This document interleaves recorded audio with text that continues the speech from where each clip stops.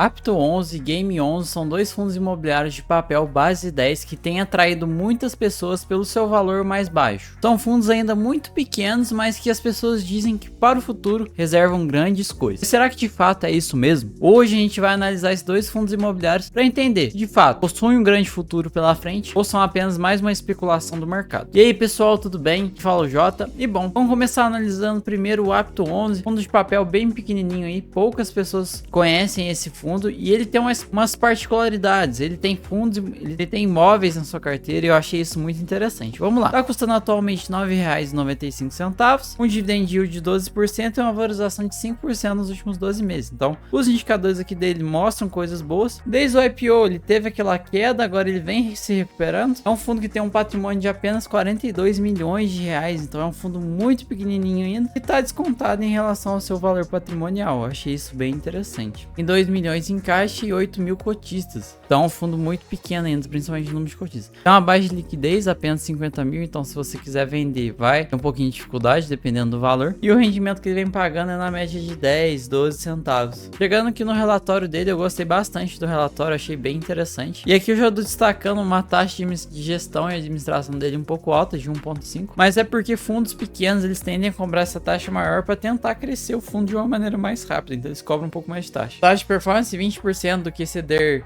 o IPCA mais yield do IMAB. E aqui é a carteira dele, que eu achei muito interessante. 57% da carteira é crédito e os outros porcento tá em imóveis. Então, ele tem crise e imóveis na carteira. No geral, um fundo um pouco diferente do que a gente costuma ver no mercado. A maior posição dele em CRI tá em 9%. E os imóveis, ele tem esses dois imóveis, o Edição Jardins e o Clarion. Não tem muitas movimentações. Comento que eles venderam a unidade Transamérica Executivo Faria Lima lá em abril, então um fundo que não tem muitas atualizações. O indexador, metade, a maioria, né? IPCA mais 8,9%, dá um risco um pouco mais alto. E CDI mais 3,4%. As localizações estão praticamente a maioria em São Paulo, capital. Aqui a carteira de CRIs dele, bem pequenininha. As taxas, em média aí, como eu falei, IPCA mais 8, tem umas taxas mais altas, IPCA mais 10. Aqui os imóveis, os 3 imóveis que ele tem 19 unidades nesse Edição Jardim, 3 unidades nesse Claro e 1 unidade nesse Style Home. Ele pega esses imóveis, são apartamentos que eles alugam, então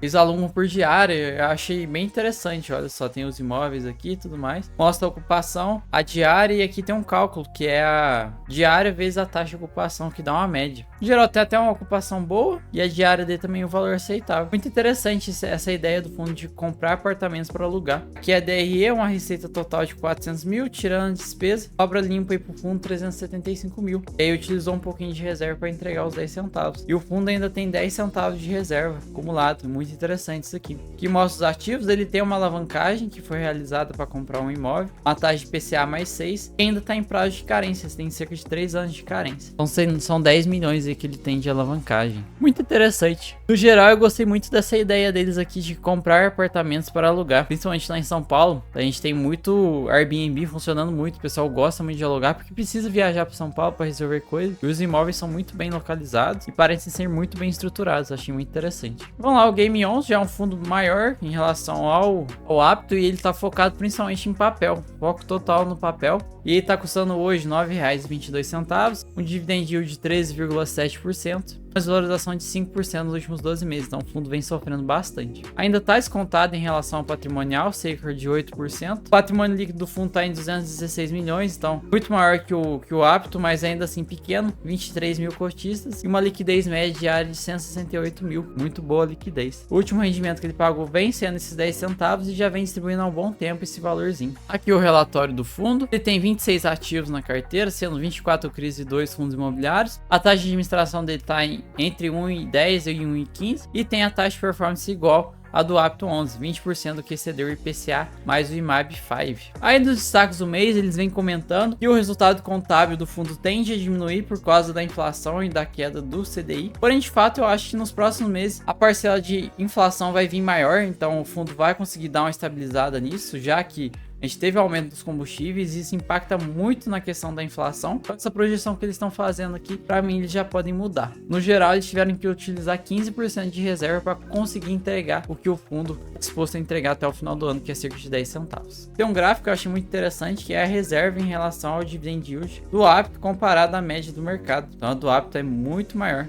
Gráfico de rentabilidade, muito interessante. O game vem vencendo o CDI com tranquilidade, isso é muito bom. A DRE dele gerou um total de 2 milhões de receita, tirando a despesa, sobrou 1,8. E aí teve que utilizar umas reservinhas aí para poder entregar os 10 centavos. E aí, como eu mostrei com vocês, eles já previam essa geração menor, mas eu acho que esse guidance pode até dar uma aumentada aqui, ó, para cima. Com a inflação vindo maior, o resultado do fundo deve melhorar. E eu acho que o resultado é a inflação vem mais alta aí nos próximos meses, por causa da questão dos combustíveis. Mas eles projetam entregar aí 10 centavos até dezembro. Eles têm uma boa reserva, cerca de 8 centavos, para poder cumprir com essas obrigações. Para esse mês não teve movimentações de CRI. A carteira ainda está dividida em IPCA e CDI. Os maiores devedores tá no grupo São Mateus, os outros são pulverizados. Interessante isso. Aqui é a carteira de ativos, ó. Como eu falei, tem algumas concentrações, mas no geral, para um fundo de 200 milhões, ele tá até que bem diversificado. E aqui tem as posições dele, bem interessante. Olha aqui, ele tem um CRI de um devedor do imóvel que o Galg aluga. Então é